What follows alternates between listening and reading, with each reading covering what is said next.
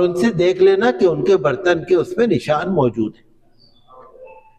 تو یہ معراج جسمانی ہے، حضور صلی اللہ علیہ وسلم تشریف لے گئے، یہ معراج ہے۔ اور جو حضور صلی اللہ علیہ وسلم نے جو کچھ دیکھا، اب آپ بتائیے جو لوگ کہتے ہیں کہ حضور کو علم غیب نہیں تھا، بھئی عالم غیب تو سدرۃ المنتہا کے بعد ہے نا، عالم الغیب جو ہے سدرۃ المنتہا کے بعد ہے، اور حضور وہاں چلے گئے تو پھر غیب رہا کہاں؟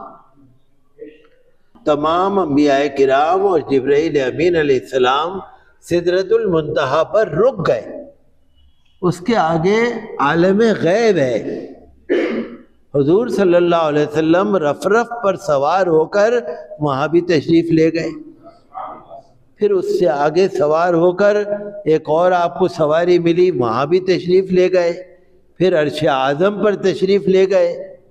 التحیات للہ والصلوات والطیبات السلام علیک ایھا النبی، یہ وہیں کا کلام ہے۔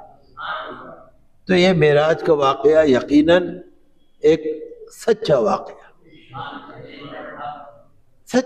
ہے، اور اللہ تبارک و تعالی نے یوں سمجھیے کہ ساری امت کا آج بھی امتحان ہے، ان کفار کا بھی امتحان تھا جو مذاق اڑا رہے تھے، اور آج بھی امتحان ہے، اور قیامت تک امتحان چلتا ہی رہے گا کہ کون مان رہا ہے کون نہیں مان رہا۔ تو اللہ کا شکر ہے کہ یہ عبداللہ شریف سے لے کر اور وہاں تک حضور تشریف لے گئے، اور یہ عظیم معجزہ ہے، اور نمازیں فرض ہوئیں آسمان پر، یہ نمازوں کی فضیلت ہے۔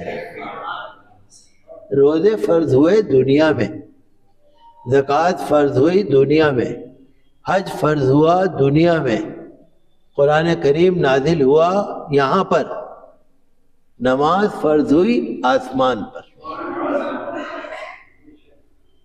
اور آپ کو معلوم ہی ہے 50 وقت کی نماز فرض ہوئی تھی، 50 وقت۔